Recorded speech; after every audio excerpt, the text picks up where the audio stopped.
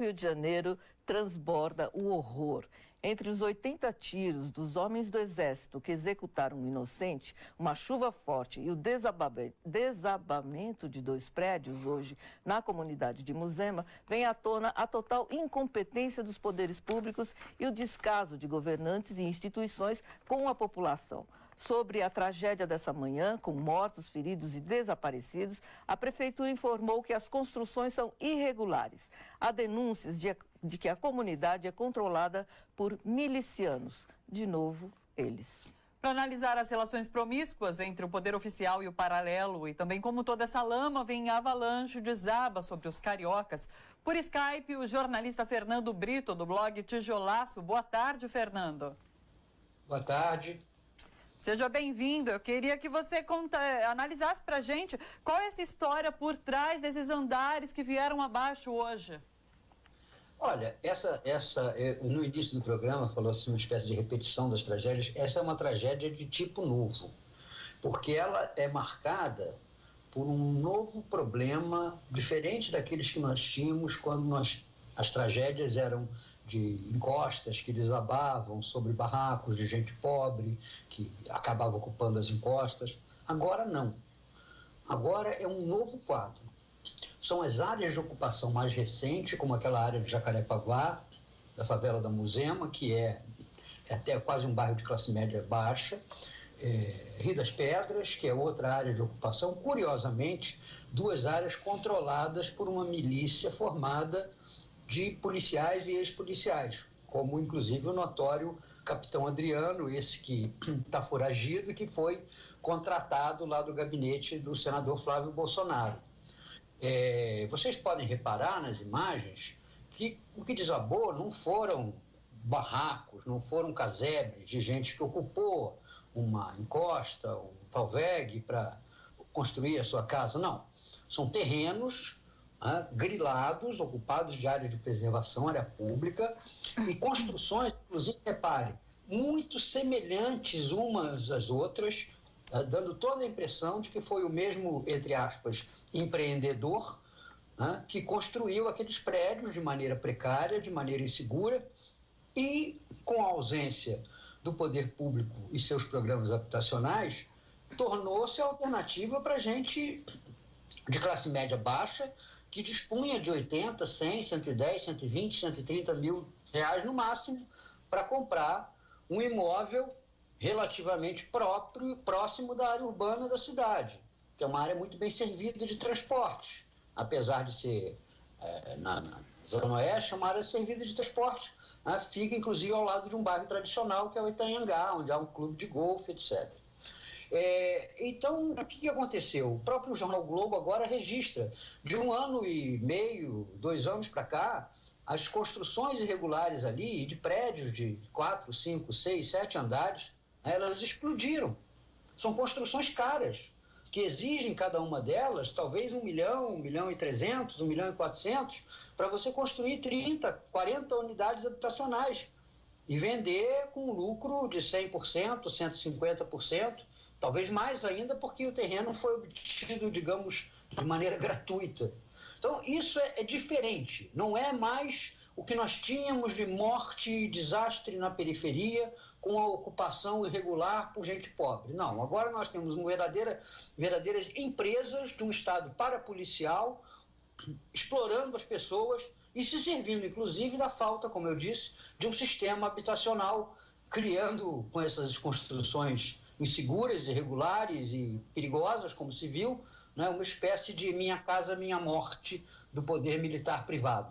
Agora, Fernando, deixa eu te perguntar uma coisa. As construções são irregulares e nasceram ali, cresceram, tal. Quer dizer, a prefeitura não pode, hipótese alguma, alegar desconhecimento de que aquilo estava ali acontecendo, não é? Não é esse não é o problema. O poder público não tem poder público, prefeitura, Estado, não tem poder nessas áreas. Essas áreas são dominadas por essas organizações parapoliciais. Não adianta, o fiscal da prefeitura vai lá, coitadinho, aquele funcionário com bloquinho de multa lá, escreve, cola lá na parede, interditada, 15 dias para regularizar ou demolir aquilo. Vai, e o papel envelhece lá e ninguém pode fazer nada. Eles não têm controle. Eles não têm controle. Não Sim. interessa a ninguém mexer com essas estruturas que se formaram, porque essas estruturas são estruturas de poder político. Vá olhar os resultados eleitorais dessas áreas, Rio das Pedras, Muzema, etc. E você vai ver quem está hoje no poder se elegeu com maciças votações nesses locais, porque o eleitor de lá, ele é pressionado, intimidado a escolher essa gente. Alguns nem precisam ser, porque, no final das contas, esses são os beneméritos, os que mantêm afastado de lá o criminoso tradicional do tráfico. Olha, essa compreensão é tão torta, é tão desfigurada, que nós vimos, há 2 dias atrás, o ministro da Defesa, general Fernando Azevedo Silva, dizer que as milícias nasceram bem intencionadas e se desvirtuaram.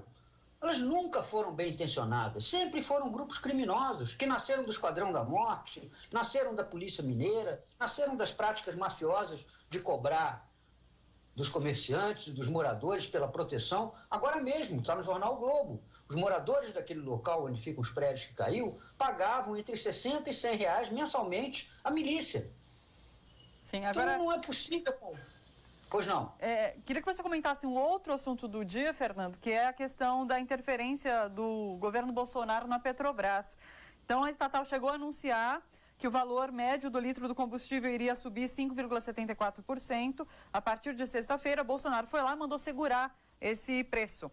Não é uma contradição um governo autodenominado liberal intervir em preço de combustível?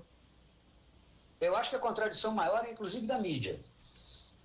Porque isso aí era uma heresia quando se tratava de um governo de natureza popular, um governo de esquerda. Isso era uma heresia, era um atentado à liberdade de mercado. O atentado econômico que existe é uma empresa qualquer, inclusive a Petrobras, no meio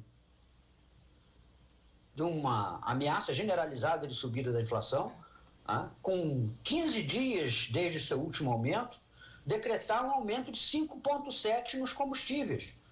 5,7% é mais do que a inflação de todo um ano. Só que quando é o governo Bolsonaro que faz, aí é legítimo, aí é necessário. Não. O que não é legítimo é a gente se acostumar à ideia de que o Estado não pode interferir no domínio econômico. Nesse governo que quase nunca faz qualquer coisa que tenha lógica, foi uma medida correta. É claro que talvez não seja uma medida que resolva o problema, porque os fatores que levaram a esse aumento, que são a subida do dólar e a subida do preço internacional do petróleo, não vão cessar tão cedo. E essa pressão vai se acumular. Não adianta resolver o problema hoje, na semana que vem, permitir outro reajuste, mesmo que seja de 3% ou 4%, menor do que o que seria autorizado hoje. Agora, o Estado tem que interferir no domínio econômico. Não é possível. Os preços dos artigos essenciais não podem ser moldados pela simples necessidade de empresas que, inclusive, ganham muito. Sim. Serve os lucros recordes que a Petrobras teve no ano passado. Não é o fato de nós termos ojerizo ao governo Bolsonaro, que seja uma coisa que nos afeta até quase que no fígado, no estômago, de tão ruim que é, que tem que fazer com que a gente deixe de ver que as empresas estatais e uma empresa nacional de petróleo serve para ajudar o país a funcionar corretamente. Sim. Nós tivemos ontem a divulgação do resultado do IBGE para o IPCA de março.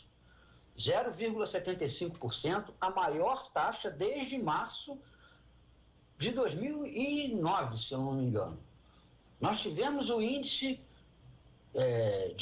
geral de preços da Fundação Getúlio Vargas, do IBRE, revelando anteontem que há uma alteração nos primeiros 10 dias de abril de mais 0,65% nos preços. Quer dizer, essas taxas anualizadas, se repetissem todos os meses, levariam a inflação brasileira para o patamar de 8%, 9%, 10% no final do ano. Fernando? Então, pois não. Não, quero agradecer pela sua participação. Muito obrigada, Fernando, por ter participado aqui do Bom para Todos. Foi Foi excelente a sua análise sobre essas notícias. Obrigada. Muito obrigado a vocês e contem sempre com a minha colaboração no que eu puder. Bacana. Um Obrigada. abraço. Até mais. Tchau, tchau.